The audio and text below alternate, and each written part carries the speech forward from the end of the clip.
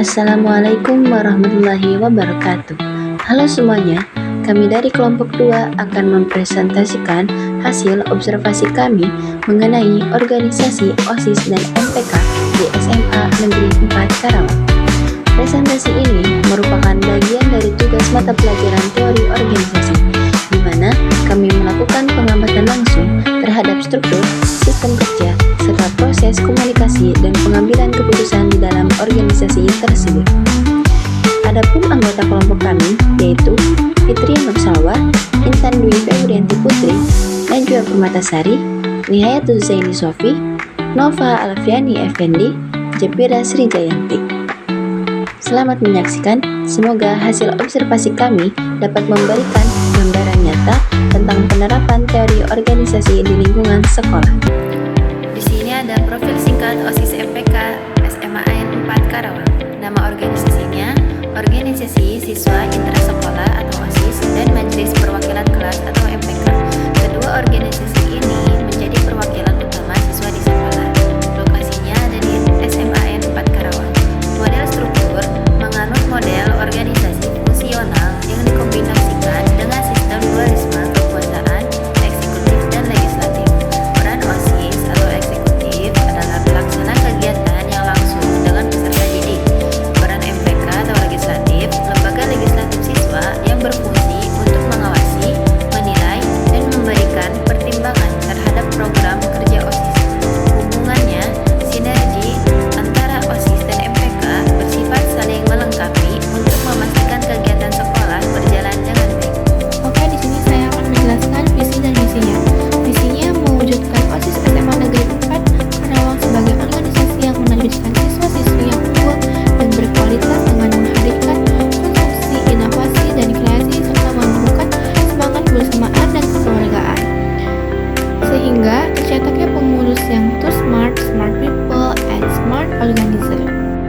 Misinya yang pertama, meningkatkan keimanan dan ketakwaan kepada Tuhan pada kegiatan sosial dengan nilai keagamaan melalui program Greetings for Today.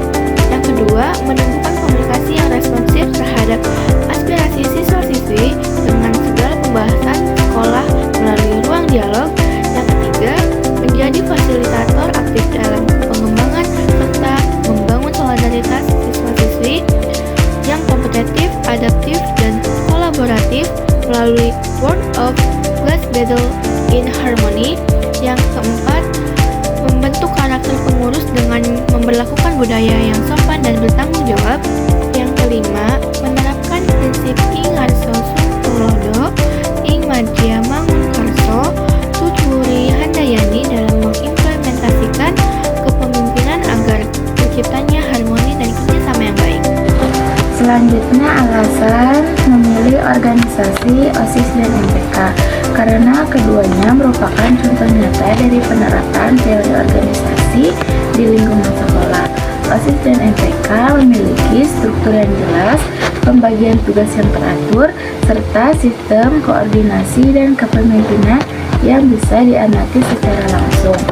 Selain itu, organisasi ini juga menjalankan berbagai program yang menunjukkan bagaimana proses perencanaan, pengambilan keputusan, serta kerjasama antar anggota dilakukan. Melalui observasi OSIS dan MPK, kami bisa memahami bagaimana teori organisasi diterapkan dalam skala kecil namun nyata, namun khususnya dalam hal manajemen, komunikasi, dan dinamika kelompok di kalangan pelajar. Saya akan menjelaskan desain struktural. Struktur OSIS dan MPK termasuk struktur hierarkis dan fungsional di mana pembagian tugas didasarkan pada bidang kerja dan tanggung jawab masing-masing jabatan. Setiap keputusan dan kegiatan dikontrol dari atas ketua ke bawah anggota. Di sini ada bagian struktur OSIS. Yang pertama ada kepala sekolah, wakil kepala sekolah, pembina OSIS, lalu ketua OSIS, wakil ketua OSIS, sekretaris 1, sekretaris 2, dan bendahara 1 dan bendahara 2. Lalu dilanjutkan di bawahnya ada sekbid 1 sampai 10.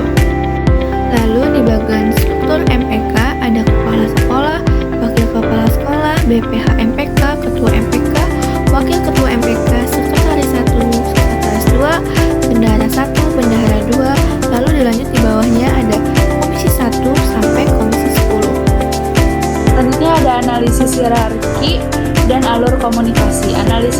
organisasi adalah struktur OSIS dan MPK yang bersifat hierarkitas dan fungsional, di mana setiap posisi mempunyai peran dan tanggung jawab yang jelas. Ketua berada di tingkat tertinggi sebagai pengambilan keputusan utama, sedangkan wakil, sekretaris, dan bendahara dan seksi bidang sesuai dengan fungsinya masing-masing.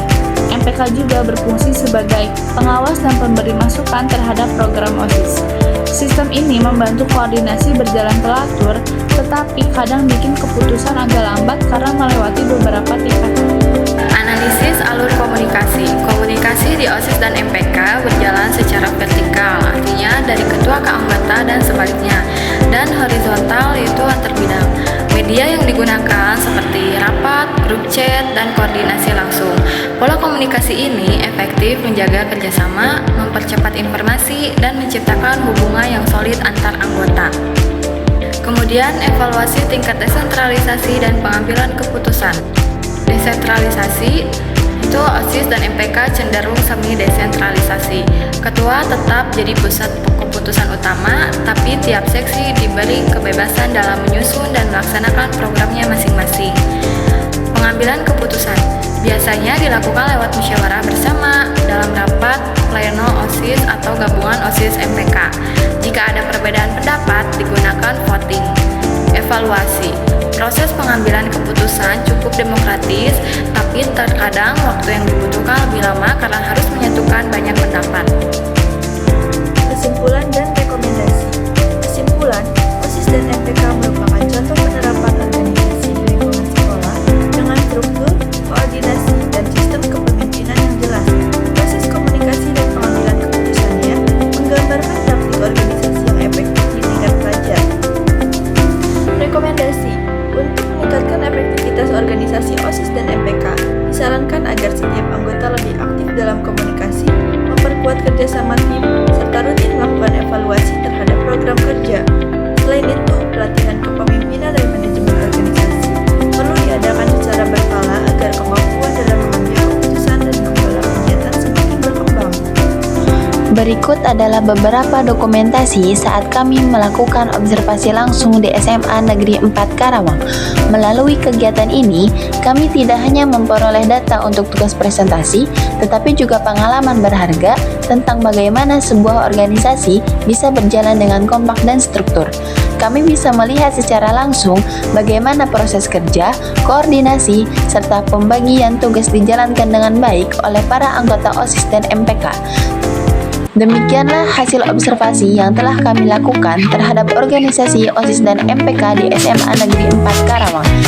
Dari kegiatan ini, kami mendapatkan banyak pelajaran berharga tentang bagaimana teori organisasi diterapkan secara nyata di lingkungan sekolah. Semoga hasil observasi ini bermanfaat dan dapat menjadi inspirasi bagi teman-teman semua dalam memahami penerapan teori organisasi di lingkungan sekolah. Sekian dari kelompok kami, kurang lebihnya mohon maaf. Wassalamualaikum warahmatullahi wabarakatuh.